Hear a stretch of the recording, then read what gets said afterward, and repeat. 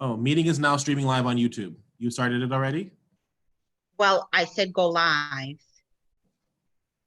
So it's visible now on YouTube. Okay.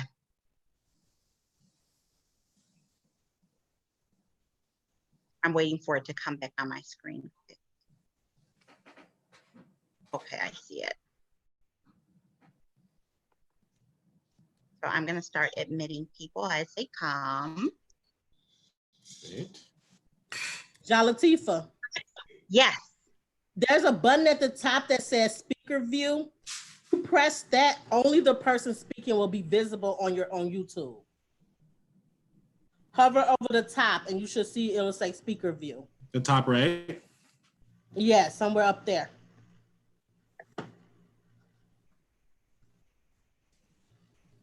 I thought that was on Wednesday when I was making all those faces. Yeah. Yeah, because when you have a speaker, it'll show both your faces unless it's speaker view. You found it? Yes. Why is that? Why are the words repeating? Why are the words repeating? I think because you have YouTube on. Okay. But they're not repeating for us. Yep, it's on speaker view. So right now it just says some prairie because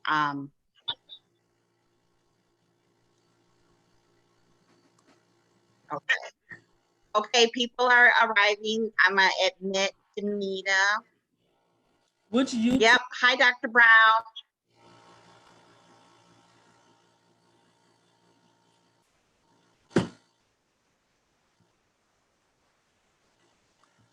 Is that going to happen throughout the whole thing? Turn the sound off so you don't hear your YouTube. So go to the YouTube page that you're looking at and put that sound off, and then you won't hear it twice. Is that working better? Are you on the City of Sun Prairie's YouTube or are you on your own YouTube? I'm on the City of Sun Prairie's YouTube. But I don't know how to turn that off.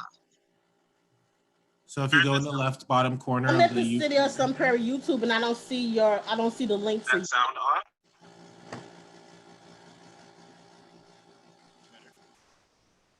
Are you on the City of Sun Prairie's YouTube or are you? I don't know how to turn the sound off. Oh, I see. Yeah. It's done. She's up. I see her right now. Wonderful. And I'm not hearing the echo anymore. Perfect. I'm going to turn my mute off. So up to good luck. Thank you. I'm eating right now, so I got my camera off, but in like 3 minutes I should be able to join you guys.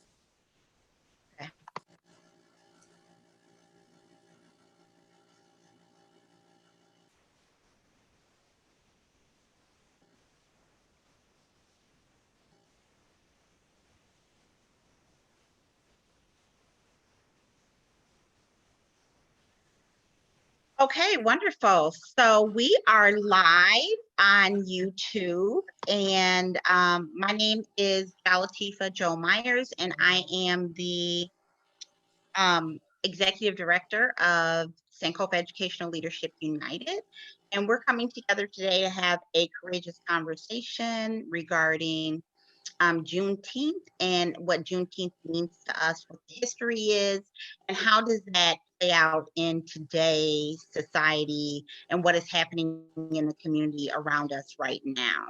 A hot topic around that is criminal justice reform, as there's been lots of protests, not only across the United States, but abroad, where people are really reaching out to say, we need to change things. So let's talk about some of that history, when things started to change, where we have gone, and how we have arrived to where we are right now.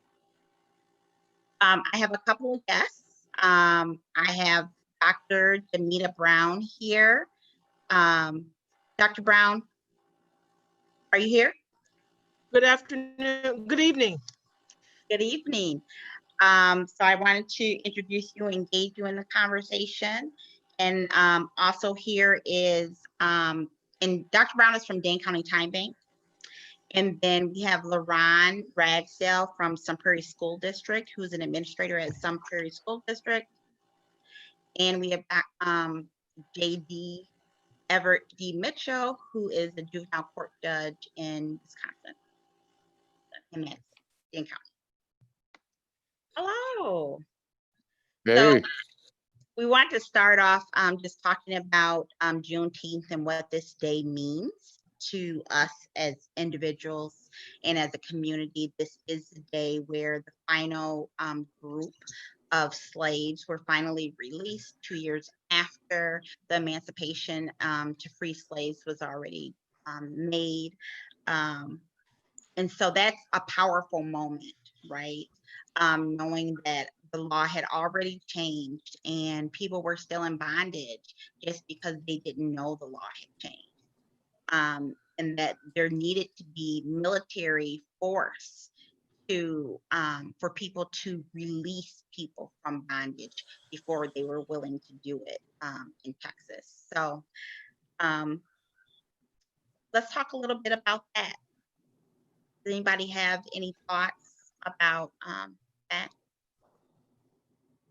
well, I'm from Texas, so I can kick it off. Like we always celebrated Juneteenth because it was always like we were the last to get the notice that the Civil War was won and that, you know, folks were freed. So they got over 2 additional years of enslavement from our ancestors.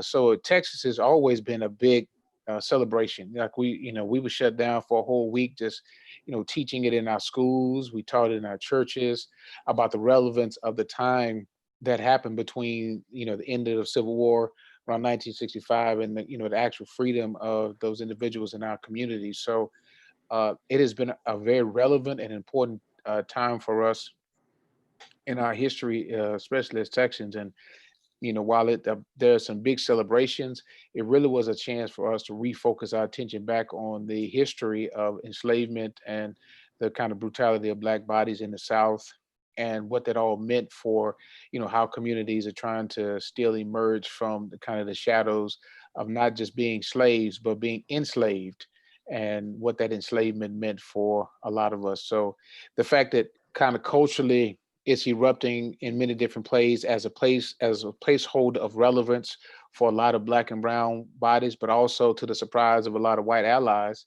It makes me kind of laugh. I'm like, wow, this is something I've been doing, for the 3 years of my life. We've been talking about Juneteenth forever.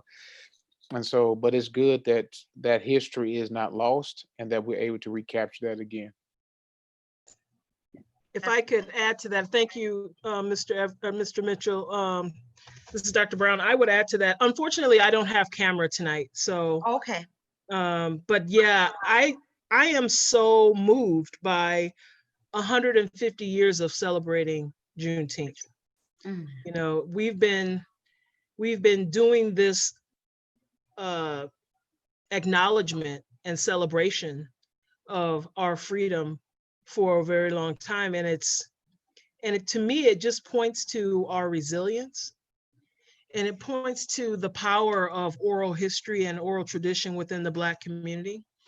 The way we learn about our history and the way we share it and celebrate it has always been something that our own voices has empowered. So there's your standard history, and my background is in history, but the standard history and the revisionist history is one side of it. But then we also have the stories that are passed down generation after generation within our families that connect us to this important celebration as well. And so that's one of the things that I'm especially proud of when I think about how we've lifted up this particular point in our history to celebrate. And that's because of the resilience of our community and our ability to embrace the oral tradition within the Black community. Absolutely. Thank you for sharing, Dr. Brown. Thank you. Mr. Ragsdale, do you have anything you want to add to that? Yeah, I second and I echo a lot of what's been said. I'm always a firm believer on utilizing history to kind of shape our present and our future. So understanding that this is a very powerful, significant date for us all, but understanding that this date marks the change that we all needed. And so we have to continue to keep that in our minds about what change we're going to look at moving forward. So take time to celebrate and to be grateful of the day, but also be planning and thinking ahead of what else we can do and how we can continue to keep this as a forward move in progress. Right. Absolutely. Thank you for sharing. Mhm. Juneteenth, I was homegrown in Wisconsin. I was born in Illinois, but homegrown in Wisconsin. And we didn't always have the Juneteenth celebration here to be a part of. And so I grew up in Madison, Wisconsin, and I would say in my late teens, we started celebrating Juneteenth. But then 5 years ago, I moved to Sun Prairie from Madison, and we didn't have a Juneteenth celebration here.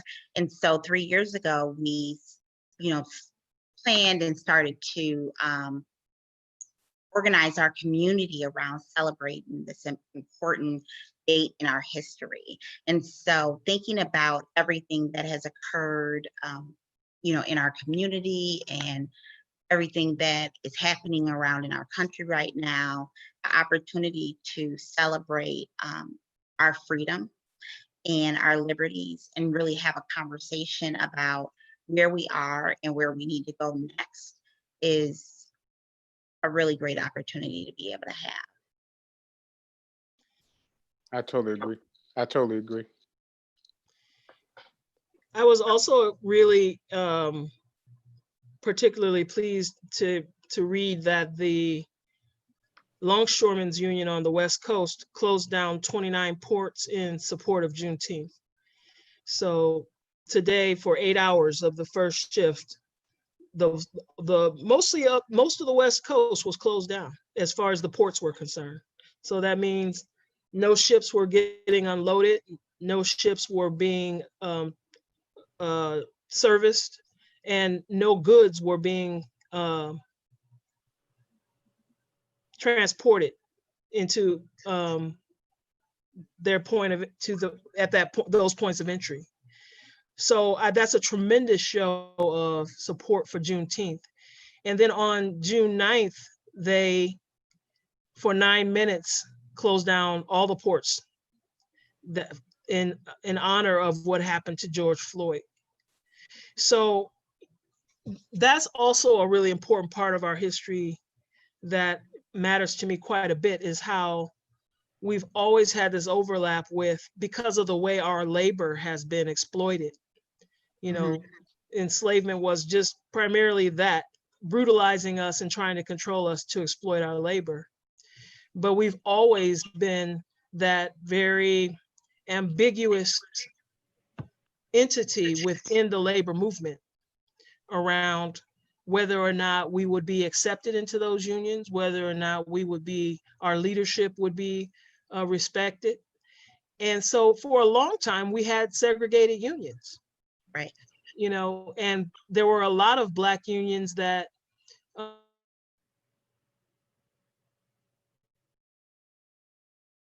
Dr. Brown, we can't hear you.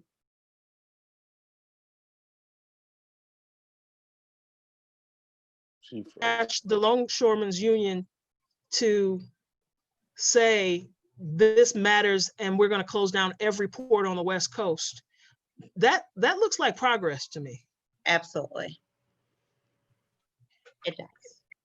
And the elevation of the flag to the state capital of Wisconsin, to move a tradition from the South to the Midwest. There's always this, being from the South and coming to the Midwest, I'm always shocked at how much history is lost when you could talk to people in the Midwest about, African American history. I know people think the South is backwards, but Right. the reality is that, we, because of the racist history of the South, you spend more time really talking about these issues and learning about them, being very intentional with our young people in our communities, focusing on that. So the fact that you have, flags being raised, the fact that now they're considering and making it a national holiday, and giving people, like the 4th of July almost as a sign, it really does show you not only the progress, but it shows you the power of right now. That right now is a different moment, and anything that is being elevated to the time, elevated to this national consciousness, is both elevating that which needs to be elevated, like the flag for Juneteenth, the history of Juneteenth, the suffrage. But what is being toppled is a history that has been imbued in racism. So when you see the college football, said the NCAA say that they're not going to even play any national games in any stadium or with any university that still flies the Confederate flag. I mean, we're in a different moment right now. So the elevation is amazing, but the destruction is also, putting us into a place where we're now seeing a personal conversation that's always been at the core of what makes us uncomfortable, but it's also a shift away from a history that, for whatever reason, tried to tie, nationalism with Confederacy, with whiteness. That is no longer an acceptable correlation. And whether it's our white allies or just Black brothers and sisters who are in these spaces are saying, you know what, I won't pick up another football. I won't play another down. I won't throw another ball. I won't shoot another basket. I won't even drive in a NASCAR, if this is where you're going to be. And that relevance to this moment is just transformative and amazing. There's nothing about this moment that we'll walk away and say things will be the same. It will not be the same. It will not be the same. And tell me about, what do you think is driving this moment of elevation and deconstruction? I think when Doctor was talking last time when we were on the call, we were talking about conscious raising. You have to think about the fact that in 2015, when Tony Robinson was killed, and we started, Mike Brown and Ferguson, when the Black Lives Matter movement started, there was not a consensus around the information that was necessary to have a conversation with people, right? So Black Lives Matter seemed like a radical idea, and then what happened after the consciousness of that moment? The documentary after documentary was released. You talk about Netflix, Michelle Alexander's book. Netflix played a significant role in transforming the language of our people into statistics, and then visualizing those statistics for a broader audience. So it wasn't just locked away in the books. They used to lock all of this kind of information down in books, and if you couldn't read it, you couldn't have access to it. Now, multiple generations have access to information that is right there in front of their minds. The murder of Khalif that was in custody in Rikers, to the ideas of Black women who've been abused, to transgender oppression, LGBT rights. All of this stuff now is at the intersection of all these different oppressions, and people are woke. I think the fact that NBA players are saying, don't have no season. We don't need no season right now. Like, we need to just stop being a distraction. Nobody is distracted. Everybody. And we thought that kids on their phones, like we be saying, y'all be saying all the time, get off y'all phones. I'm tired of y'all being on y'all phones. Y'all paying too much attention. That's exactly what they've been doing. Right. They have been creating an alternative narrative this entire time. And now they woke as hell. All of it. And that when they saw that officer put his knee on the neck of George Floyd and hold it for 8 minutes and 46 seconds, it set everything on fire. It made true everything that they have been thinking about, and it made real the reality of systemic racism and oppression. And everybody's coming together to say this is unacceptable. It was unacceptable then, but now, over the last 5 years, kids grew up under Obama. Kids grew up, listening to these stories. They grew up, and now they're 14, 15, 16, 17, some of them 20 years old, and they just tired. Take away all their distractions. They don't have no comedy shows to go to, no NBA games, no NFL games. They just sitting at the house right now. And now you have given them the ultimate focus of how we can now dismantle that. They have a language we didn't have when we started this, and they have data, they have support, it's been an intellectual conversation that has moved into the mainstream, whereas before it was on the fringes.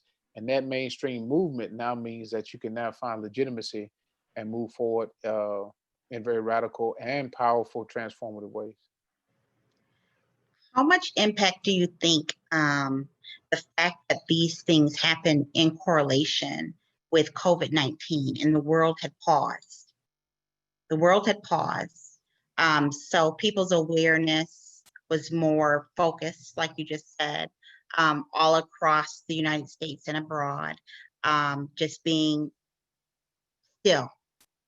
And then something happening that lit fire, like you explained. Yeah, I don't know if the doc want to jump in on this one, but this is probably her territory too. So yeah, I had to call in on the phone, Okay. and because my connection went out. However, I missed the last few sentences. So if anyone wants to I heard a reference to the doctor, and I didn't know what that previous conversation was. No, she was just raising ideas like what relevance does being in COVID have to elevate in this discussion? Okay. I think it has all the relevance to do with it. Because again, if we think about our history, we think about what we experienced. This isn't the first time that this has happened to us. But the thing is that everybody was there now this time to watch it, to see that 8 minutes and 46 seconds. So it was like the perfect storm for it to happen. Because a lot of times, like you said, are the distractions that can sway us away from these stories that can grab our attention. But for at that moment, there was nothing but that. So it really struck the match and sparked that whole conversation and the movement. Absolutely. Yeah, I agree. I think that it's compounded conditions, So a lot of awareness is being brought forward about how the healthcare system itself has treated Black people, generation after generation, neglecting and ignoring our needs. And COVID kind of exacerbated that awareness. So we couldn't ignore it anymore. With the disproportionate deaths among African Americans, we couldn't ignore that. And then, so people are already feeling that. And like Mr. Mitchell was saying before as well, there's this sense of, there was Ferguson, there were so many other incidents, and then there was this last thing with George Floyd, and many different segments of our community saying no, from sports leaders, from actors, from, political leaders, and I even think Colin Kaepernick went to Minneapolis and offered to pay for all of the legal fees for people who were out there making sure that this doesn't happen again. They were out there in the streets making their voices heard, and he offered to pay for their legal expenses. And then Jamie Foxx went to Minneapolis as well to support people and to offer his, whatever his social capital is, he shared that with those protesters as well. And then, we also have people like LeBron James and other sports figures coming forward. Ava DuVernay made a film. I mean, I agree that so many video and documentary and film interventions into shaping this narrative help change the conversation irreparably. It's always going to be much more of a visible conversation now. Right. I would also like to add to that. I think COVID helped in the sense that parallel to this, right before this happened, you had these mass of white people, right, storming city capitals and state capitals with guns and with all kind of foolishness, and no one intervened. But then when you had young Black people protesting, saying, take your knees off our neck, literally, and they were getting tear gassed and they were getting all this pushback, the world for the first time got to see in live time the difference on how African Americans are treated in this country opposed to our white counterparts. And so then that got the world involved, because now you can't deny it anymore. These kids didn't have guns, they didn't have weapons, they just had their voice and their picket signs, and yet they got tear gas. So I think all of that just played into it. And so now it's no longer just a United States issue. And I think that's why you have so many people in powerful positions standing up, because now the world is watching. And so you gotta line up on the right side of history at this point. Yeah. you- And I 38 have church- countries. Yeah, I was about to say, man, I have church members, who were living in London, man, and they would talk about the protests in London, which man, they were going in because, we sometimes think that racism is locked away to us, but we forget, man, you got people all over this world who are enduring systemic racism in so many different facets and forms. I mean, whether it's, immigrants who are coming in from, the European nations being locked away, or, even in, different countries throughout India who are feeling the pressure because of Muslims, or, so the massive amounts of energy is because the world now is, as Dr. King said when he talked about how we are tied together into a single garment of destiny. We are, what affects one indirectly affects us all directly. We are all now in a space where we are being impacted directly, and the COVID brought a worldwide narrative to say nobody is immune to this. Everybody is impacted. Whereas, before, when it was HIV, what did they say? Oh, that's gay people. When it was Ebola, oh, that's them Africans down there. But now this virus had no name, had no religion, had no race. It was impacting everybody at the same time. And so everybody was brought into a national narrative. And then once we realized we were connected, then the spark, and that spark, it lit a match in ways that I wasn't alive in the 60s, so I ain't gonna even lie and say that, but I just can't imagine the type of collective energy that Dr. King then would have loved to have seen this happen. Man, they would have done more than what the Civil Rights Bill would have done, had they had a nationwide, in small towns. I mean, they were up in Green Bay. Lacrosse was like raw, like Black Lives Matter up in lacrosse. Right. Green Bay, what? I mean, that'd be unheard of, And so the fact that consciousness was there, man, I'm telling it ain't, if they ain't paying attention, the revolution is being televised right in front of them. It's being televised right It's now. being televised. Absolutely.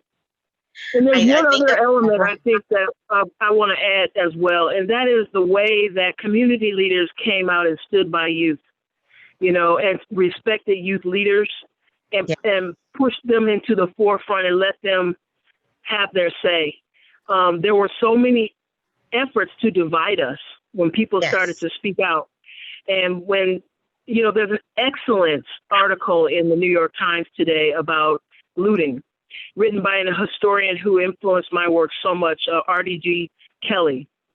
And he talks about how this whole historical situation, whether you're talking about Native American, Latinx community, Black Americans, how looting has been something that has been done to us historically and systematically. And he talks about that way because everyone is wanting to, like, within that mainstream narrative, to talk about looting as if, property is more important than Black people's lives. And the older leaders in the Black community did not allow this kind of thing to come in and separate us and divide us. It's like one of the best things I heard about that was said by M. Adams when she said, it is not up to the oppressor to tell the oppressed how to resist. Right. They don't have a say in that. And so there wasn't that divisive element. Yes, we want to be heard and we want to be seen, and there are many ways to do that, but we're not going to accomplish that by demonizing and villainizing certain segments of these protests and these uprisings. And they definitely tried. I remember when, I hate to say I'm old now, but I guess I am old. I was the elder member of the Young Gifted and Black when we were doing this back in 2015. So my gray hair say I'm older now, even though I don't feel like it. But they came to us too. It's like, well, what is your agenda, Black Leadership Council? What is your agenda? And I told them it's no different than Freedom Inc., Urban Triage, and the young people in these streets. But what about the looting and the damaging of property? I said, it is no different than Urban Triage, Freedom Inc., and the young people who are leading these charges. You are not going to let you divide us. We're not going to let you separate us. We're not going to let you feel like, we against them. We support everything they're asking for. So if y'all want them out the streets, go defund the police. Go ahead, get the police out the schools. Give these kids exactly what they're asking for. Because when we asked for it politely, y'all didn't pay no attention. Y'all went back to normal. So they need to be a little bit more aggressive, apparently, and shut down your ability to drive on your belt line so you'll come to the table. And when you decide to come to the table, we'll be here to finish doing what we asked you to do. And and we have to stand there, like, we got all these positions of power, but we got to use that power to make sure that these folks don't just go back into what's normal. And trust me, they are already trying their best to go back to what's normal. Right. Yeah. Right. That's for sure. And that's leads me into the next question is, so when we think about Juneteenth and we think about the protests and we think about everything that's going on in the community, this is all about liberation, right? It's about liberating our people. What does a future liberation and not going back to the status quo look and feel like?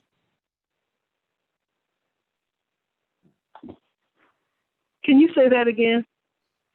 So what does liberation, a future liberation, so we're speculating on what we would like to see happen next, and what does liberation look like in our community and not going back to the status quo?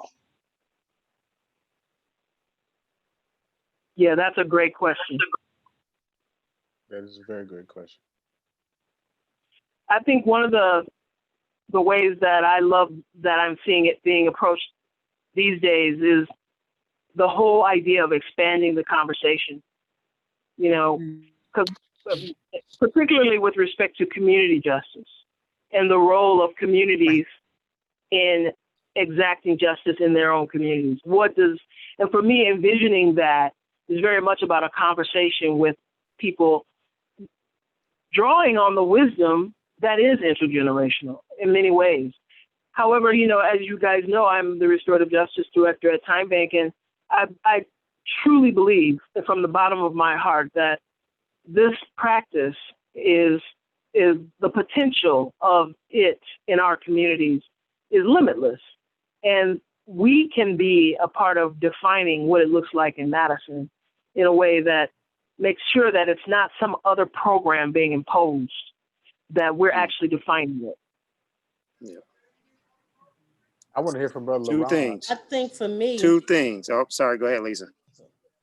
okay, so I was going to say, I think for me, more concrete, what it looks like is we know the systems and we know the implementation of laws that created our circumstances of where we are today in terms of redlining, in terms of quote unquote desegregating schools. That really wasn't a desegregation. It was taking our talented 10th and busing them to white schools and not addressing the economic disadvantage of the in our community. We know the systems that created the situation we're in today. So for me, what liberation looked like is undoing those systems and righting those wrongs. So when you talk about redlining, let's talk about creating a system where small businesses in the Black community are funded, where, we teach economic independence to, our Black families and help them get into home ownership, business ownership. We go in and we redevelop our schools and our communities to where they resemble the schools in these predominantly white communities, and they have all the same equal resources. So for me, that's what liberation looks like, when we undo the wrongs that have been done systematically over the years. Yeah. That feeds into the two things that I think that's all we really need to get our ship straight, to move forward in a direction that works for us. And that is opportunity and experiences. The more opportunities we have, the more experiences we can teach the people that walk in the shoes that live in the lives that we live in. I know, being a person from the inner city of Milwaukee, growing up and seeing around me guns, drugs, craziness, chaos my whole life. The reason why I got out, because I had a chance at an opportunity and I got a chance to have some lived experiences. When we offer that to anybody, your life can change. It's not about paying people money, because we all know if you're not financially thinking in a way, you're going to blow that money that doesn't help you. But if someone teaches you how to do certain things, those experiences come, hands-on experiences that would change your life. But we need the opportunities to do that. So if we're talking about getting back our schooling, we need the opportunity to do that, to run a school how we see fit. We need the opportunity to run businesses how we see fit. They will immediately give us a chance, but it has to operate under their schemes, under their laws, under their ideas. That doesn't always work for us because we're different folks. How we move is different. We actually shape what culture is. Give us those opportunities and those experiences and watch how we grow. Watch how we succeed. Don't always think that we're going to fail. You know, don't always put in front of us that we're failing at this, or we haven't closed this gap or that gap. Those gaps aren't for us. That is for them to figure out. Ours is let us do our thing. It's been done before. Tulsa, Oklahoma shows you that. The smaller places in Chicago have shown you that. In Atlanta, it shows you that Black-owned businesses and Black mindsets, that's a possibility. Right. Once that happens in Wisconsin, that's when we'll see things changing with opportunities and experiences. And I'll add to, and I won't add to Brother LeBron, I'll say his and, because I used to say this years ago. We need the 3 E's. We need exposure, experience, and education, right? Mm-hmm. When we have those 3 E's, there's nothing that can keep us a hostage, right? Right. And you know, all of the things that we have systemically tried to do, they've just tried to systemically limit our experiences, our exposure, and our education. And you know, when we think about systemic, you know, making sure that this moment lasts, I continue to say we need to have you know, Black people in power, in positions, who then take on young people to show them how it's done. Because I don't care what nobody say, man. As a judge, this is a game. It is a game, right? So I'm intellectually, yes, I have the intellectual. Why do you go to law school? Why do you get degrees? It's because you can play in the game, right? So you can have many options to play the game. And as a judge, I'm witnessing how by not having people in here. Now, I know I'm gonna say something that's gonna piss some folks off, but by not, I don't need just people who got the same color skin. Because I've seen more Black people and more brown people do harm to our causes than white folks, right? Because they bring them into the boardroom and they be like, Everett is saying that we're a racist systemic system. What do you say, Charles? Right. And Charles be like, well, I don't believe, I got my PhD from here, and I think that, he's just being a bit radical and it's not. Right. And I'm like, where'd they find this? Right. You know what I'm saying? That is so true. That is so true. It reminds me of Derek Bell's book, Faces at the Bottom of the Well. I don't know if you guys have Exactly. That's a classic. That's a classic. He talks about that dynamic in verbatim. He's practically the same words. It's like, that's how we get dragged down by each other. And that's that divide and conquer thing that comes from that colonized mindset. But yes, absolutely, that happens. And the other thing I was going to add to that is, I want to see Black land trusts where that land stays in the community, whether that person is alive or not. I like that. So a land trust is never owned by an individual. It's always owned by the community itself. Right. So if you have a stretch of land that is owned by the Black Land Trust, Black people can build on that land, and it's always owned by Black people. Mm-hmm. So it cannot ever leave your hands. And then the other thing is, more and more, like, I love what Jalatifa is doing with the Sankofa Educational Foundation. Like that Black-led community educational initiative is what we need, I think, more than anything else. We need land, and we need it in our hands, indelibly, like it cannot be taken, and we need that educational component. I want to just say this one thing about when my research about Reconstruction, 186,000 Black soldiers liberated the South, right alongside all those other Union soldiers, and they couldn't have done it without us. That's nearly 200,000 Black soldiers. And what they found when when the Liberation Day came, you know, Emancipation Proclamation, what they found when these Union soldiers were going into these different places in the South was underground schools. They found 500 underground schools that Black people were running because it's against the law to learn to read and write. But that did not stop them. And they found all these schools down there, and we're like, well, we're just doing what we do. That's how Black people are, you know, and that's how I was raised. You know, education is another thing that can't be taken from us, you know. And so independent education that's led by Black educators, I'm so proud of that initiative that Jalatifa and the Sankofa Foundation has, and I think we need more and more and more of those. Yep. I totally agree. Definitely having education is a key piece, because we have land trusts in Arkansas.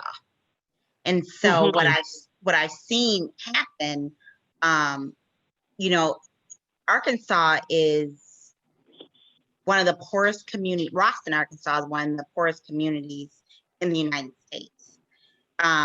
Statistically, they would say anywhere in Arkansas, but particularly Roston, Arkansas.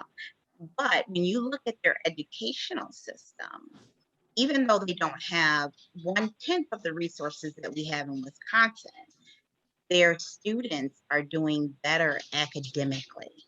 And they are also on par with their white peers. And so here we have this huge gap in the Midwest, right? This huge gap. And that gap is about having security, financial security, socioeconomic security, housing, all these things that if you are secure, then you're not in a place of trauma, then your brain can open up to learn new things and process new information and be able to pass that down. And so passing down knowledge and generational wealth are two key components to that, that we really have to rein in and be able to teach other people how to do that. I agree. And another aspect of liberation within our communities is when Black people, not only do we tear each other down or allow ourselves to be divided sometimes, but we also fail to do that personal education around what it means to be queer, what it means to be gay, what it means to be trans, all of these sexual identities and gender identities that have, there was a story about a Black transgender person in Minneapolis who was killed during a protest by other Black protesters. And this should not be allowed to happen. You know, every Black life matters. And so we have that work to do in our communities, as well as looking at misogyny, you know. There was a time when I was coming up when Black women, you could not say negative things about Black women without having some, you know, you had to actually answer to that if you said, especially if you talked about someone's mother. But Black women were held in such esteem. And I think that the divisiveness that we're seeing right now around that between Black men and Black women is something that has, in part, has been planted there because Black women have been attacked and criminalized in different ways than Black men have. And we buy into each other's criminalization. And we can't allow that to happen. You know, we can't be afraid of each other because of what the dominant narrative is telling us about ourselves. And so we can't allow that internalized oppression to divide us. If Black liberation is the goal, it has to be about recognizing that liberation in each and every one of us. I could tell you. I will have to jump in right there. This kind of goes into also something that Everett Mitchell was saying that I wanted to speak to, and then it ties into this. So when we talk about allies, our white allies or whatever, I think allies are important, and I would agree with you on that. but I don't think they need to be a part of our movement. One thing Malcolm X said that I really appreciated and always stuck with me is, yes, we need allies, but we need y'all to be over there working on y'all people, and then we're gonna be over here working on our people. Because when we allow our allies to our table, they somehow tend to change the narrative and change the agenda for us. And so we have to stop allowing that to happen by stop inviting them to our table. You work on y'all over there and we'll work on us over here. And then we'll, you can help us from afar by working on your people. And then I think how that ties into what Ms. Banks was just saying, I think in a lot of ways, we have allowed the narrative to be flipped on us. Start talking about, getting the white man's foot off our neck. We always tend to turn and say, but what about Black on Black crime? The reality is that it's not Black on Black crime. It's a crime of proximity. If you look at statistics across white on white crime, Asian on Asian crime, the statistics are not that different. Black people are not killing Black people that much of a higher rate than any other race. And when you talk about the issues of like the treatment of gays and lesbians in our community, yes, there's a history of unacceptance, and that's mostly through the church. But let's be honest, the influence of the church in the Black community has dwindled. Like the younger generation don't have that blind faith in the church that our ancestors had. And so I think the younger generation is much more acceptable of the gays, lesbians, queers, that whole spectrum than our ancestors were. And so, yeah, you might have these outliers here and there, like what you're describing, but I don't think that's our norm. And so I think when we allow that to become part of the narrative, it distracts from the overall agenda of what we trying to push forward to. Well, that's why, as a, I'm not only a judge, but I'm also a pastor. And as a pastor, I can tell you that the trauma that our people have endured is way more insidious and deeper than I would have ever imagined. Right? I promise you that the majority of people who talk about Black revolution never committed to actually working with building up people. Right? They just say stuff like, oh, we need to do this and Black folks need to do it, but they don't actually go to the granular level of the everyday building up generations and helping to rework generations and bringing knowledge to generation. I have so many of my Black academic friends that go to white churches. And I'm like, how can you be like a head of the African-American, section in your university and go to a white church? Like you this is ridiculous. You got to be, where are you with your people? That has always been my litmus test, because, the reason why the Black church has lost its relevance is because, we have indoctrinated ourselves with a white theology that is more concerned with heaven or your salvation than what you eat and what knowledge you get. But I can tell you, and Jalatifa, she'll tell you, every day, every time you come to my church, we talk about empowerment. We talk about understanding yourself. We talk about changing your situation. We talk about getting your Black mind, your Black beautiful self together. And I don't change what I say because white people come to our church. If they're going to be there, they're going to have to listen to me talk about white racism and white people and white oppression while I am empowering my people. But Jalatifa can tell you that process, I mean, I've been doing it for 8 years. It took me over 8 years for the people to even trust that I wasn't going to do nothing. And I don't even really take no salary from the church. I go to work like they go to work. I go and I do my job and I got my health insurance with them, but I'm working on the process of every day fine tuning, teaching them, giving them the lenses, exposing them, educating them. I remember when we started the program, because this goes back to Brother LaRon was talking about getting those experiences. We started a program at our church where we take kids flying. Like we just let them go for free. Just, I got a pilot at the church. We just pack kids into a plane and we just let them go fly the plane. And man, when them kids came back from flying, you would almost thought that I just gave them a degree from the university because their minds had been open to the idea. And that's what I told their parents and their caregivers. I say, listen, anytime we trying to elevate our people, there's always going to be trivial attracts that's going to try to make you diminish.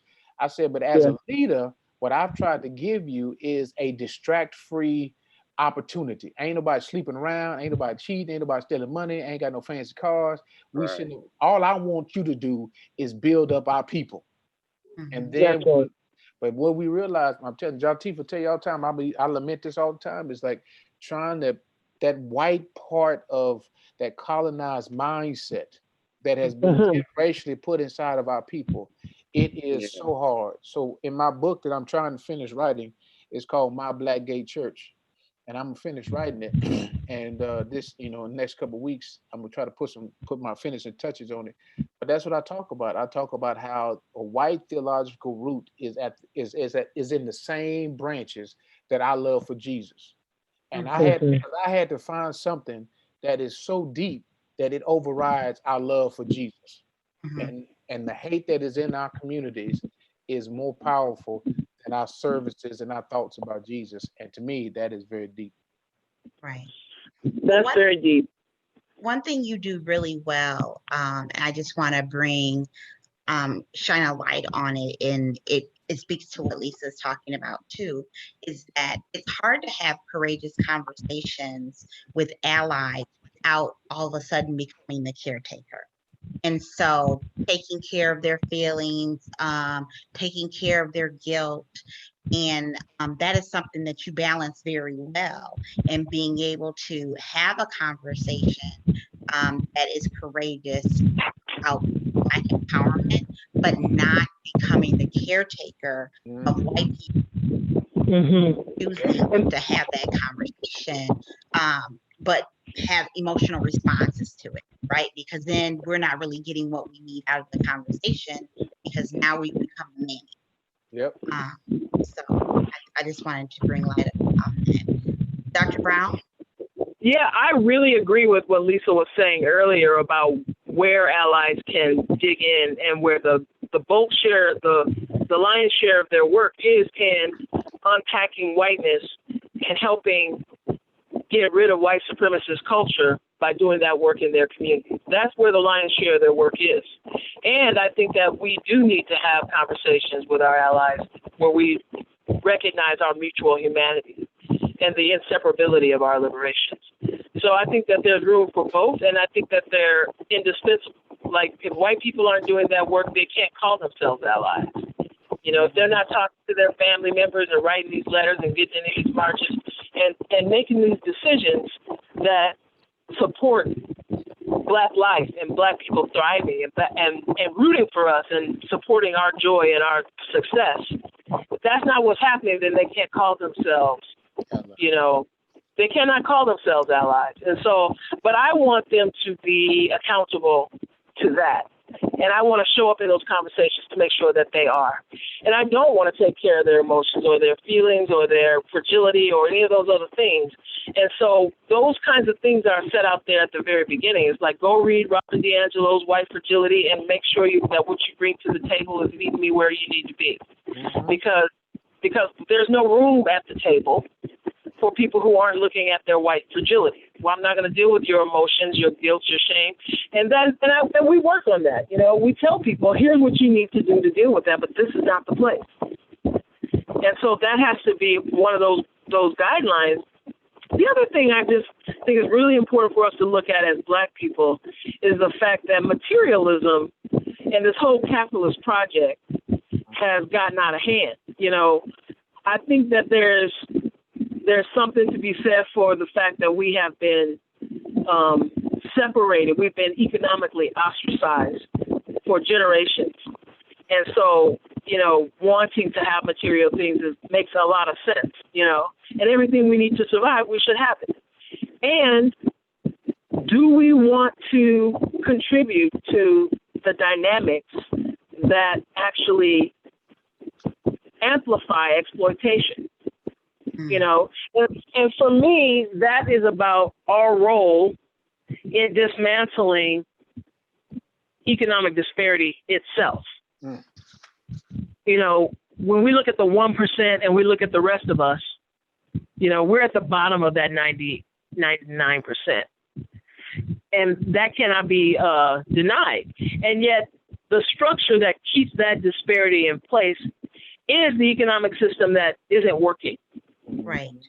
Yep. You know, it is not working. I'm not advocating for one system over another. I'm advocating for whatever kind of hybrid that can equalize that situation. And for me, very much of that work is about building co-ops because they transform poverty. And that's just one take on it. But I do think we need to get into this question of, you know, Dr. King was very much into this direction near the end of his life. And the Poor People's Campaign is coming back really strong around this. I so appreciate Reverend Barber and the ways that he has put that movement, has rekindled that movement. But we need to deal with our relationship to this economic system and what we would like to see in place of it as a part of our liberation practice as well. I think some of the complexity that comes with poverty and where we spend money and how we spend money is also about the systemic racism too, right? Because there's so much trauma about not feeling worthy, right? Not feeling worthy on the inside. And so externally, we cover that trauma up with nice things. So, you know, you dress up really nice. I can say I engage in that. I'm probably the days that I look the best are the days that I'm feeling the worst, right? And so that materialism comes to I'm worthy, you know, proving that you're worthy and that you can stand next to this person or that person and still feel like you have value. I will add to that. I will add to that trauma, the trauma of hopelessness, of learned hopelessness. So if we say Black people are material, the world is a material place. And so if you feel valued by the things that you can possess, and we're not allowed to possess homes, we're not allowed to possess businesses, the things that we are allowed to go out and purchase, our shoes, our clothes, our, you know, get the fancy hairdos. That's what we're going to do because we, like you said, we want to feel value. We don't feel like we have a place in home ownership. We don't feel like we have a place in business ownership because so many times we've been shut out and told no. So you got to add to that trauma that you speak about, that learned hopelessness, that we, no matter how much we save, no matter how much we work on our credit, we're never going to be in a place where we can go buy a home and buy a business. So I'm gonna buy these shoes and get some immediate gratification. I'm a firm believer of, I believe in everything that's being said, but I'm a firm believer of thinking positive, right? So it's easy to accept the negative narrative that we have lived in, right? Like we are unable to do these things. We're able to do all those things. We just don't trust folks. We don't trust when we have the right people to come along with a game plan and to say, hey, this can get you out of a situation. We have so much trauma that's allowing things to get in our way because we haven't healed from it. In order for us to move forward and see the solutions, we have to get out of the mindset of saying, because of this happened, because that happened. If you keep living in the past, your whole body thinks of it and it lives it up until that day. So you're going to have those emotional reactions. You're going to have those anxious moments. All that stuff is going to come to the surface because you're living up trauma again. If you start to change that mindset and say, hey, look, I know what I've been through, but where I'm going is totally different. And how I get there means that I have to trust people. I have to trust that I have a relationship with smarter people that can put things in place that door is closed, it will no longer be closed. We have to start thinking in those patterns in order for that stuff to happen. If we keep saying what happened to us, even for the past 400 years or so, we're not doing service to ourselves. We have to get out the rut. What you're talking about is healing. Correct. It doesn't come just because you tell somebody to get over it. It's a process, and you have to actually be involved in a healing process in a therapeutic setting to do that. You can't just go tell people, look, all that happened to you, now get over it, and this is what you got to do. You got to learn how to save. You got to, just saying that is not going to help the person to heal. So I 100% agree with you, but I'm saying the reality is we first got to talk about healing, and then before we could talk about healing, we have to address the illness. Helplessness is a true illness, And Lisa, I believe you. We've been addressing it for a long time. I'm saying that now. But we haven't been address- treating it. Right. Now that's what I'm saying. saying. Now our addressing it has been long enough. Now we know what trauma is, right? So our job as like leaders and people that are starting to be put in these positions is to offer those chances to heal. That's what we have to do. Yes. We can't keep asking for folks to Yes. come and heal us. We know what heals ourselves. We know what Yes. makes us feel good. We can't keep comparing ourselves to the next person. This is a lived experience for people that have Black skin. Sorry, you can't get other folks to come in and say, hey, can you feel this way and help us? Like, no, they don't know it, regardless of how much studying and reading they do. It's just hard. It's just not it's just not possible. So what we have to do is offer those healing times, because if we don't heal, it doesn't matter how much forward we move. We're going to always shoot ourselves in the foot because we have trauma that's going to come with us, and we're never going to get over that hump. They can give us all the land we want, and then next going to happen is somebody that's going to lead us is going to still have trauma in their life, and they're going to take us through that traumatic experience, and we have to suffer for it. That's what happens. Exactly. And that's what I mean when I say, you know, Brother LaRon is right. Like, it is one thing to have trauma, and we have to be moving on a parallel course by which we talk about financial independence and security and strength. Like it is a game. And, you know, we have to understand, like, you know, they want us absolutely concerned and consumed with the trauma so that we never enter the play the game, right? As long, and, you know, and so, you know, they don't want us to think about financial independence or visioning or savings or retirement. They want us to be stressed out. They want us to be overwhelmed, where we have heart attacks, diabetes, high blood pressure, where we feel like we can't eat right, where we don't have no food choice, when all of that betrays the very essence of what we are and who we are in this process. I'm telling you, when I developed diabetes, I became so frustrated and had to learn exactly how it's that I developed diabetes. I'm not out here eating all this stuff. And my doctor, you know, old white guy, was like, "You've been stressed your whole life, have you not?" And I was like, God. And so they want us like that. But I promise you, man, you know, as I kind of move in these different spaces, you know, being judged, and you start moving and you go in all these different places, I start realizing that it is not as difficult as we think it is.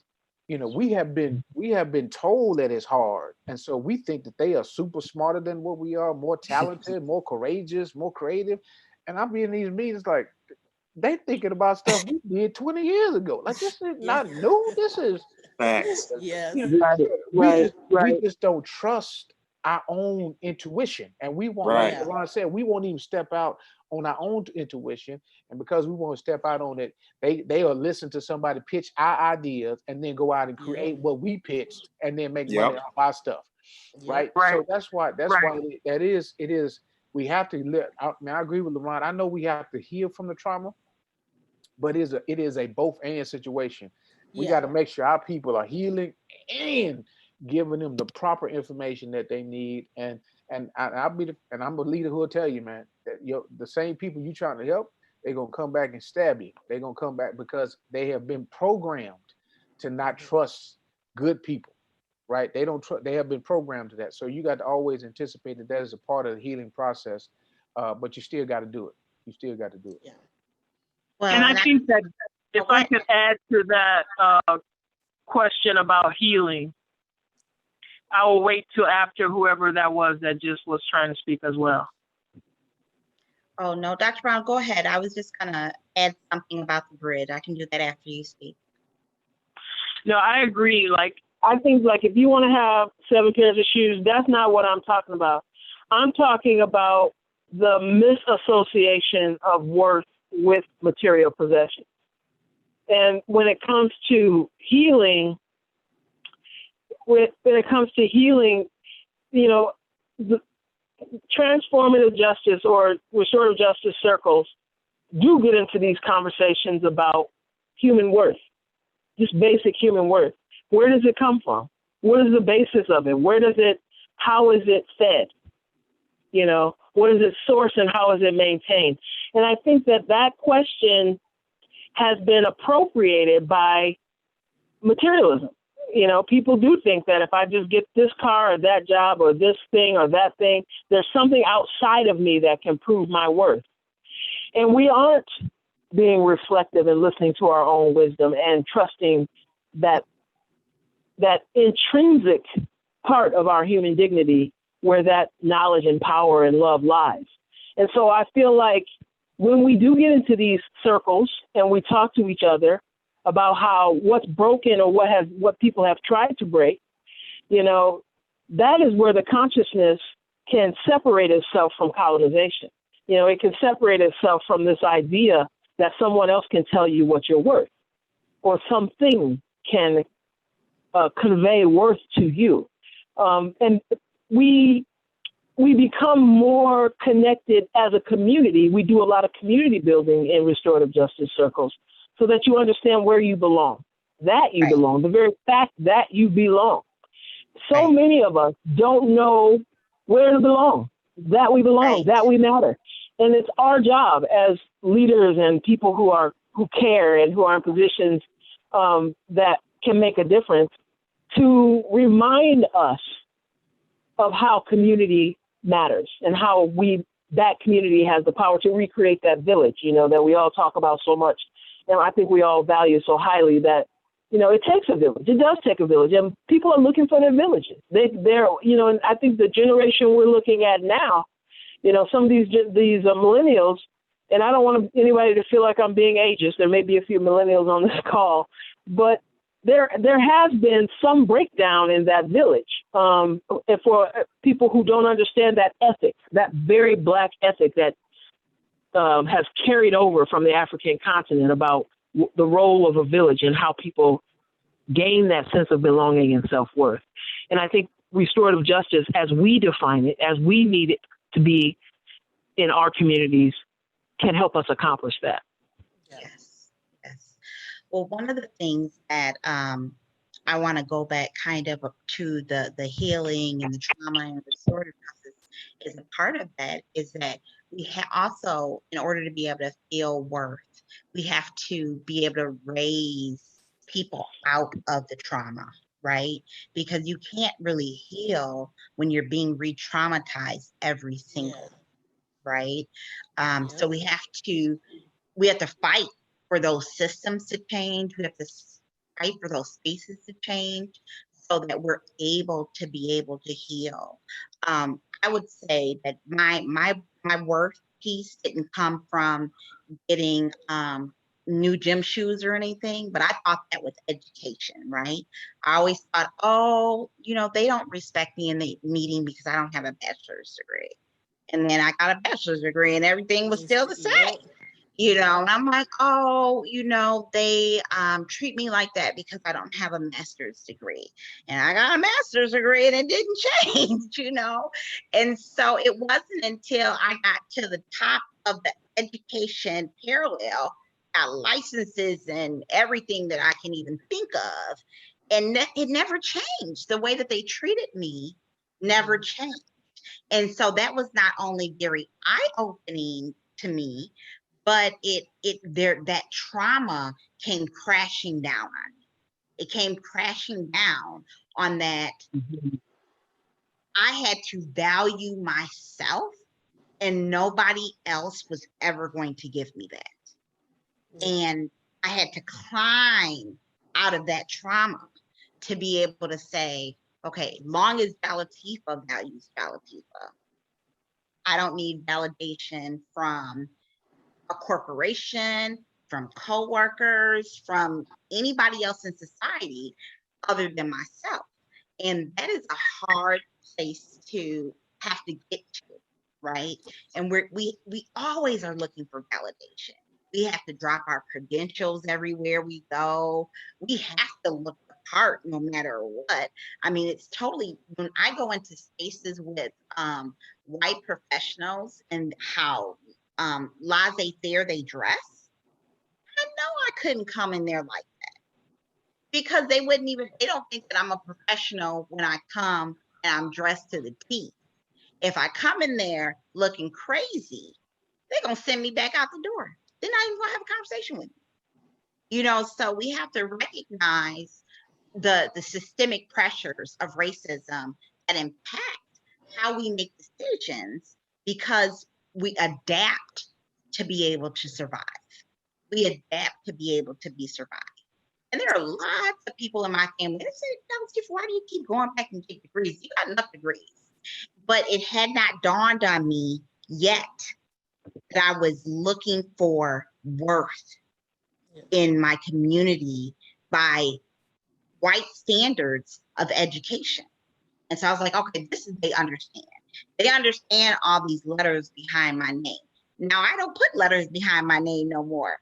And I don't drop my licenses. But there was a time that I did. And the reason for that is because I wanted to feel valued. So I think added to that is the idea of expertise. I think so many times we have a hard time lifting our communities out of the trauma because we're not viewed as experts. We have been brainwashed to believe that white folks are the experts on us or the Right. experts on everything. And then once you start like really educating yourself and you start seeing everything they know, they learn from us, from mathematics to science to whatever genre of education you think of, they learned it from us, from Africans. And so once you start to understand that and realize that they really are not the experts, I think you can hear it more and you can reach more people, because then you could bring that with you, that listen, they're not the experts, we are. We just have to, like Judge Mitchell was saying, we have to learn to trust our instincts because we already know what we know. You start like really educating yourself and you start seeing everything they know, they learn from us, from mathematics to science to Oh, it's echoing back. Is somebody on YouTube? I'm sorry, that was me. Okay. I finally pulled it up and I'm watching it now, but I just want to say I agree with everything Lisa said just now. Okay. You know, that was one of the things growing up that my mother instilled in us so deeply. You know, she taught us how to read before we went to school, but you know, we were just learning our African history. We were learning like all the contributions we've made to civilization, Right. About who we are. And our kids need to leave the house in the morning with that under their belt. You know, they need to feel like they're entering this world as people who have actually civilized it. You know, we need that to be the way they walk out the house in the morning.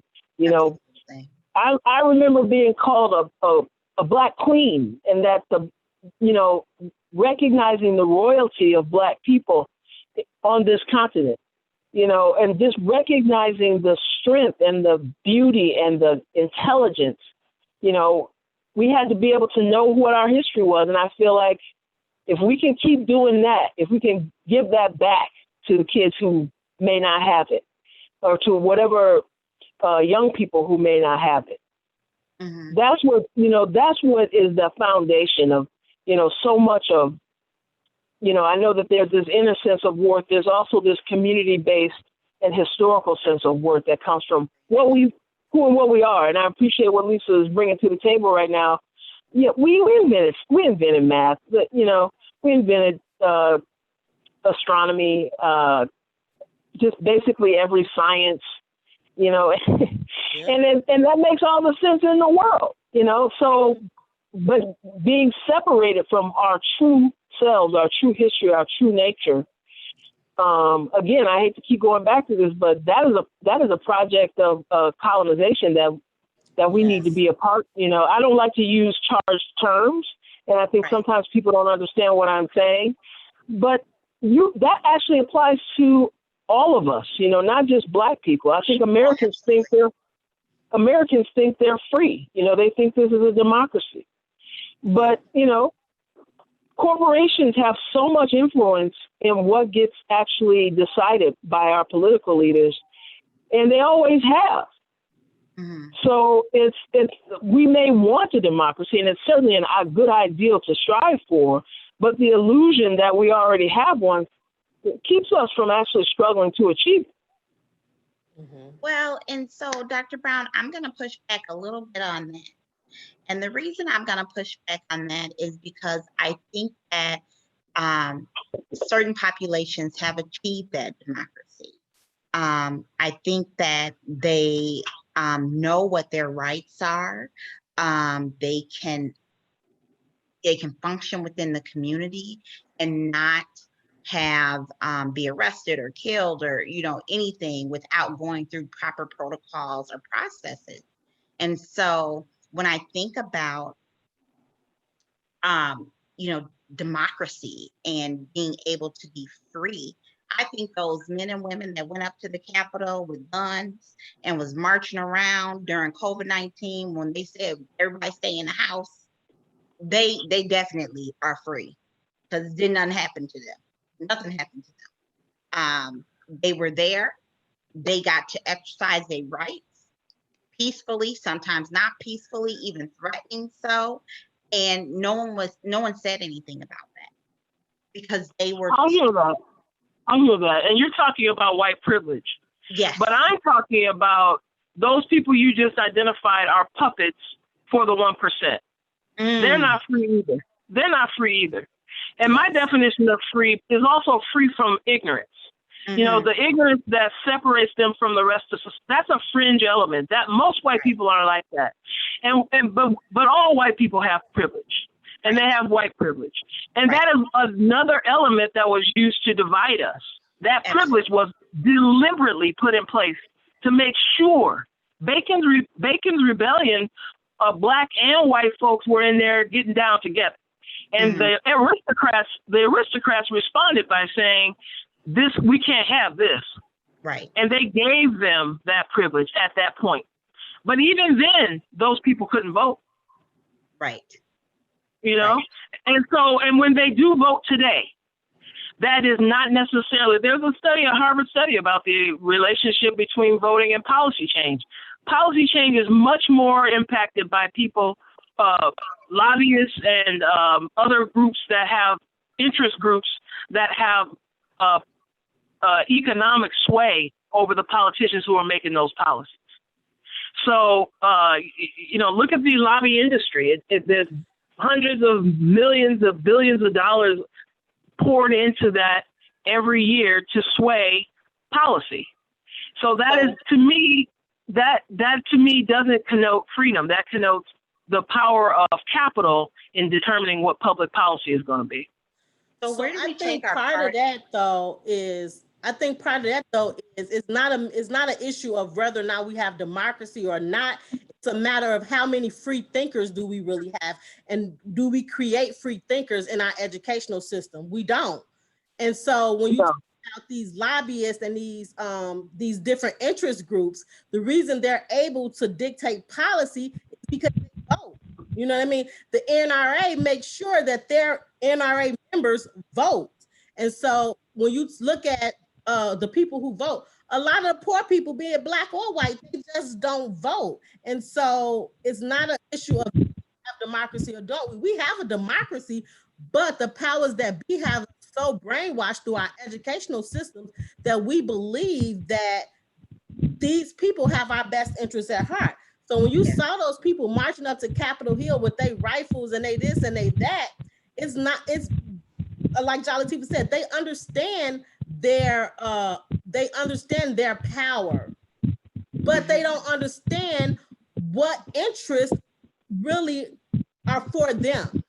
You know what I mean? So every time you have these school shootings and people get to talking about taking away guns, you see these people come out in droves and say, "Don't take my guns," because they understand the system of democracy. The issue isn't whether or not we have democracy, is do we understand what we should be standing for? I think that's the bigger issue. And so these lobbyists, you turn on the TV and you look at what commercials do we see in our living rooms. The lobbyists have the money to create all these commercials and to kind of subliminally train us to believe that they have our best interests. And so we let them be. Mm-hmm. So and the same could be said for media as well. Corporate media also tries to shape our view, trying to tell us what is best for us and what we should be thinking and what's most important. I agree that we need to vote. I agree that, and voter suppression is real. It's definitely high on the list of priorities for Black people to get that vote. But, we have to look at also, since they have tried to dismantle the Voting Rights Act by removing the enforcement clause, I believe it's the second clause of that act, within a few years after they removed that clause, you saw 23 states revise their voting rights to actually suppress the vote, or in some ways limit the vote of Black, brown, and poor people. So I feel like, yes, we need to vote. We need to be fighting to end voter suppression. And we need to understand the value of that vote, whether we think this is a perfect democracy or not. And I do not think it's a perfect democracy. It has a long way to go. But yes, absolutely. Let's get out there and vote and make our voices heard that way as well. I also want to provide a bridge to something that you said earlier, Dr. Brown, and Lisa touched on it as well when we talk about the educational system. And so as we've tried to access education through a white system, we've also put our children in a position where they are being socialized by white people and by white values and by white norms. And so when we look at ourselves and we look at that historical trauma that we have and how it perpetuates through our mind and changes the way that we think and our identity about ourselves, because school is 50% academic, right? But the other 50% is socialization. And so we're being socialized to not love ourselves in all these different institutions that we participate in. And so one of the things with Sankofa Talented and Gifted and why we started that school was really to work on social emotional healing, being able to heal kids from the trauma of the socialization that they've already received. Being able to give them a sense of identity of who they are and where they belong, and this historical context of their history and how rich it is, and how so they can be connected to something. Because one thing about being African American is we don't really have a space where we own, right? America, right? We came here by force, is not ours. And then Africa, we may have never even been on the continent. And so we don't necessarily feel as connected as we should here either. And so not having this identity has really created a sense of a lost people, like lost people.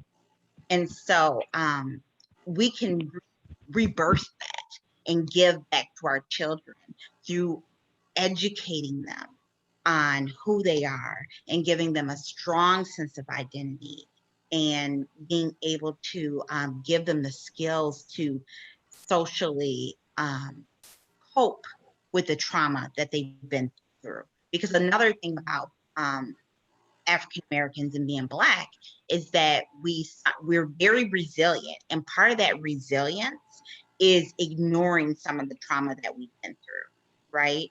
And so we say, "Oh, you ain't hurt. Get up, wash that knee off, and keep on walking. You ain't nothing wrong with you," you know. And so even though we have all of these traumatic things that happen to us, we don't necessarily allow the space for healing. Black women and Black men are expected to be strong and never cry and just be able to move with what is happening and quickly adapt to whatever is happening. And that's part of our resilience. So how do we honor that resilience, but then also honor that we are human and that we need to be nurtured and we need to be supported and we need to be loved and valued and worthy? You know, how do we balance those two things so that we can become whole again? Because I think colonization, as you would call it, took away so many different pieces of our life that we're not whole as a community right now. And we have to be able to rebuild that. I think I think that's I'm sorry, go ahead. So I think add to that, we also have to be able to reconnect to our African heritage. Like we had this conversation earlier in the week, Jolly, we were talking about like how people identify themselves and why I choose to identify myself as an African American is because I want my son to know that our history didn't begin in slavery. Our history begins back in the great civilizations of Africa. And so many of us, we try our best to like deny that part of who we are. Like we deny so many parts of us, you know, we deny being white. Like so many of us claim Native American heritage because we don't want to admit that slave master was creeping into our quarters too. But when you go do the DNA test, so few of us actually have Native American ancestry. We white and we black. And so I think it's really important that we connect to our African heritage and our African roots, and not just us, but around the world. Because if you look throughout the world, people of African descent is catching hell, even in Africa. And so until we can all acknowledge that and somehow learn to like really work together, I think we're gonna always be fighting these battles on all these different fields, and we're dividing our resources. So that's a whole nother conversation for a whole nother day, this concept of Pan-Africanism. Yes. But we have to at one point we have to talk about that and get back to that too. We all fighting the same battle on different continents, and we losing because we dividing our resources. Yeah, I'll have that conversation at some point because I think it's also the miseducation because it's just play of words. It's ways in which they tricked us to not get us to actually see that we do belong here, that we've been here, that this was our land because of the play of words of things like Native American. There's a lot of history that will show you that those playing words, which white people are really good at, the linguistic part of things, they're really good at it. So when they switch it up on us, we gave up our power and our abilities, our rights, everything that comes with it. We chose to play that game. And so when we learn our history and understanding that Black Indians is where we get black from, people don't understand that. First people that was here that met Christopher Columbus and all them in the Caribbeans were Black Indians. The Black Indians slept with the slaves. The white folks said, oh, wait, we can't have that. That's going to wipe us out. We know that. So what did they start doing? Killing off the things that the Black Indians used, like the buffalo. So like this history goes deep. Do you know who the Black Indians were? Yeah, they were the tribe of Judah that was kicked out from Africa. They were descendants of Africans and correct the people that were here. Correct. Yes. So no matter how you look at it, we still tie back to Africa. Correct. Everybody's going to tie back to it because how the landmass was. So we all go back to there. That's a tool that's used to separate us and understand to make us feel less than who we are. We are kings and queens. Yes, when Dr. Brown said that, that's how I address a lot of my students as kings and queens. Why? Because they need to hear that. That just words of positivity, power, empowerment actually breaks those traumas. You have, if you do a study of saying negative words to a plant, and you say positive words to a plant, the positive word, the plant is going to live longer. The other one is going to die. So if we constantly relive trauma, we constantly say what we were, or this and that and the third, we're doing that damage to ourselves. If we change those words and we start to talk about where we really come from, how we really built things, all the positive things that come from the trauma that we went through, and understand what we can do on top of that, that is way more powerful and impacting and moving than anything else. We just have to get the mindset of stop imprisoning ourselves and start thinking of how we are free. We were born free. We were always free. So I agree with all of that, but I think for me, the key thing is that our history, no matter how you look at it, began in Africa. And so many of us wants to deny that piece. Like even you say, who did Christopher Columbus meet when he got here? Who brought Christopher Columbus here? Most people don't even know that the navigators on his ship were African. They were correct. African brothers on all three of his ships. They're, you know what I mean? And Christopher wasn't looking for an easier way to Spain. He was looking for America because all these Africans was talking about the trade that they had established and the resources was here. And so he didn't set out looking for an easier way to Spain. He came looking for America's, the resources that the Africans were bragging about. Mm-hmm. For me, I agree 100% everything what you're saying, but I'm saying the key thing that we're missing is that we don't want to claim our heritage to Africa. And we got to stop. We got to get away from that. No, that's true. But again, that's an everybody thing. That's a human race. That's genetically proven. Everybody is from the continent of Africa. So we can hang our. But we as Black people don't know that. And we look at Africa as something negative and bad. And we have to change. We can't worry about everybody else. We got to change that in our community. Yep, and that healing comes from us. Yep, that healing comes from us, our teachings and our nurturing of our people.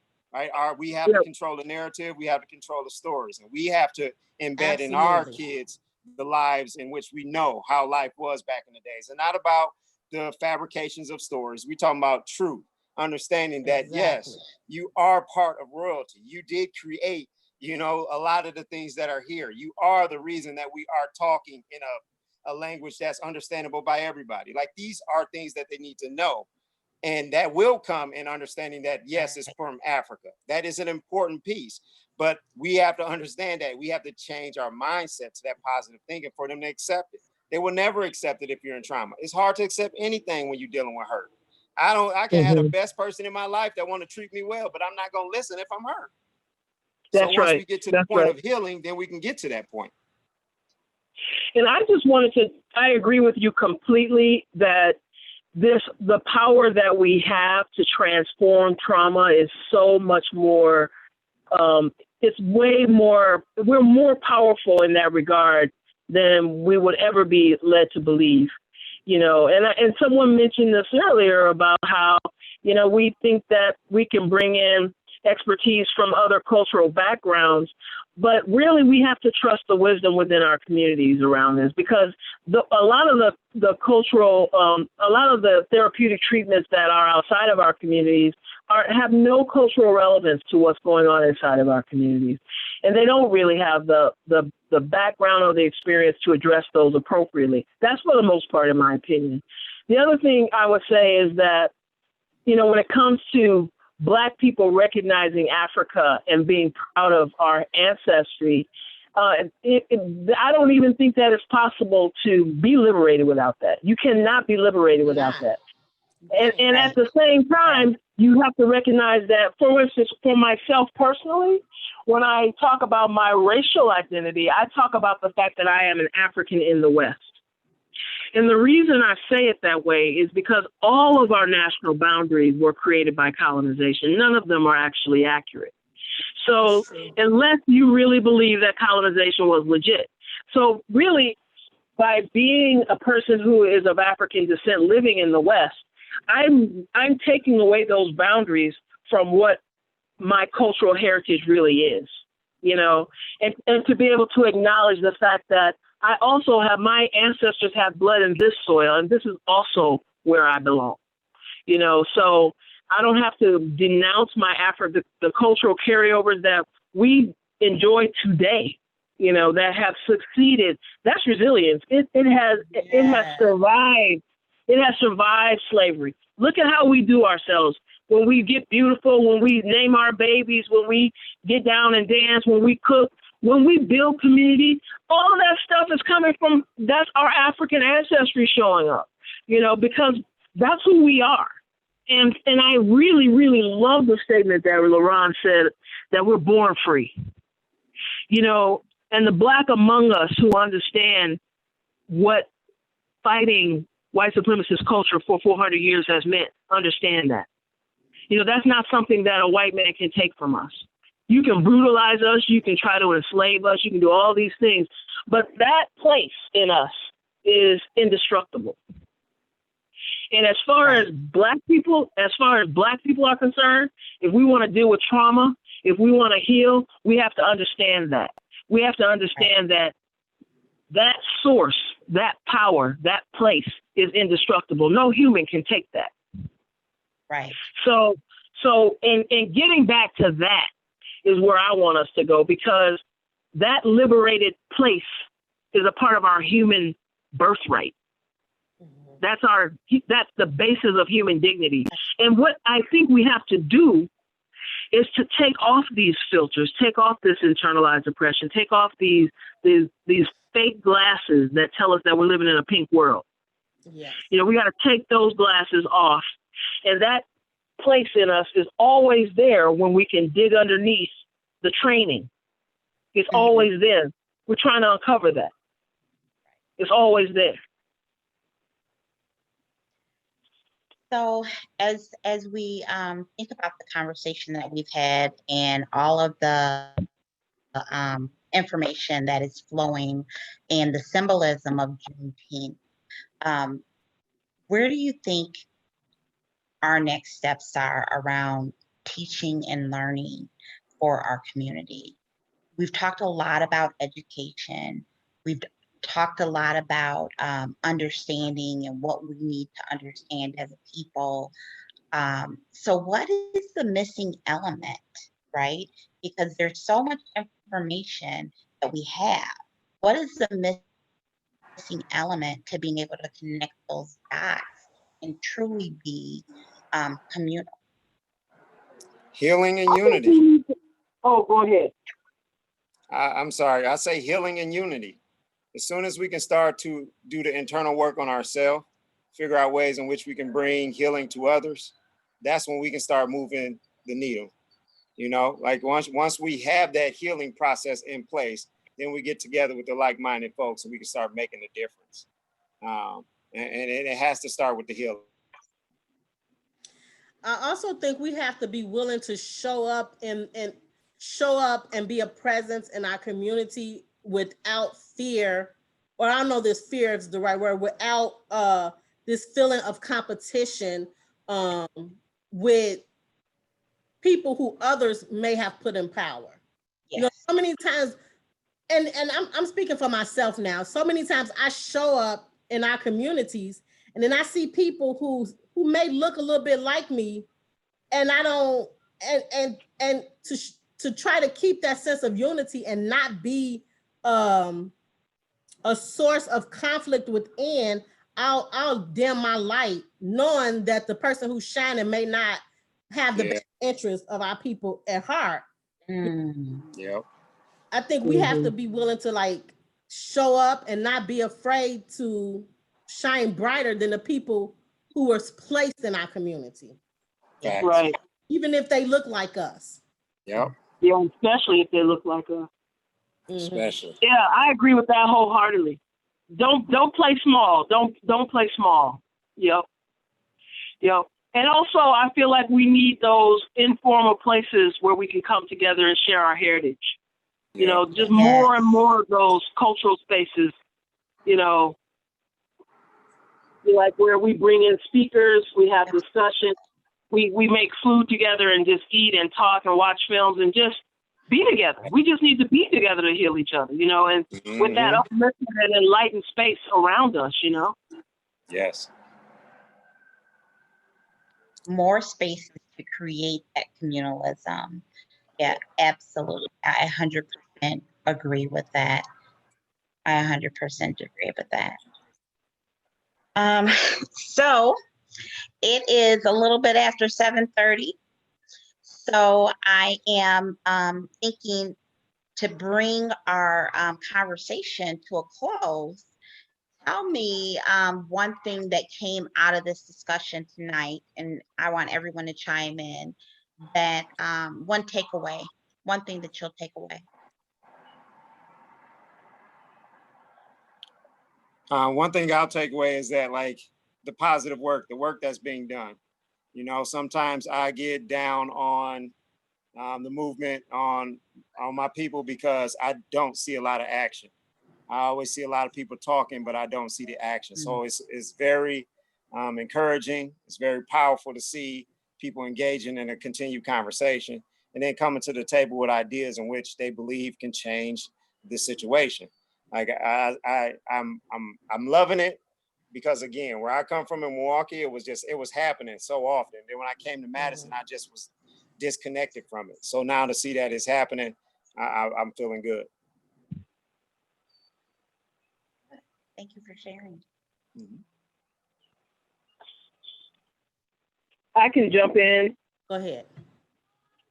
Yeah, I also agree with that too. Like just seeing the great work that's being done is quite valuable. And I feel like I'm going to take away from it just the real, I think people really were genuine. This conversation was everybody just kind of said what's in their hearts and didn't hold back. And I so appreciate it. It brings us closer together. So I feel closer to all of you. Absolutely. Thank you for sharing. I think for me, this was a much needed, I almost feel like I'm gonna cry.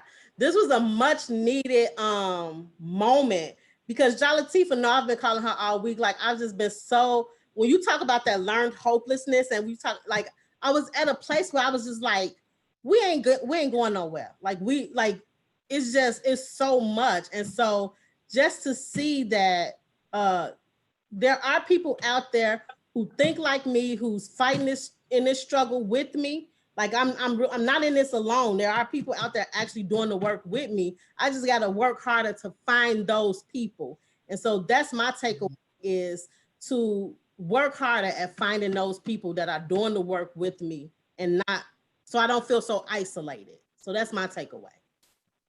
Yeah. And I think my takeaway will be solidarity. You know, we need more unity and solidarity. And one thing Judge Mitchell had said is, he said, sometimes, you know, the people that you are helping will be the first people to hurt you. And when I think about that, I think about like porcupines. You know, porcupines, they get scared and all their little spike things come out. And the trauma, you know, they're trying to protect themselves. And often the trauma is us trying to protect ourselves, right? Our responses, trauma responses, is trying to protect us from re-experiencing the same trauma over and over and over again. And so that solidarity piece, despite the needles, and feeling like porcupines need love too. So people that are in trauma still need love, and they probably need it more than anybody else. And being able to sit with that and act on that and be aware of it and stay steady with it. Mm-hmm. Yeah, it's really nice. There's so much richness. Yep. Absolutely. Well, thank you guys for joining us tonight to have this courageous conversation about Juneteenth and why now. I really appreciate it. Thank you very much. Thank you. Thank you for Thanks having us. I everybody really else. Yes. appreciate it. Thank you. Have a good night. Good You night. too. Bye-bye.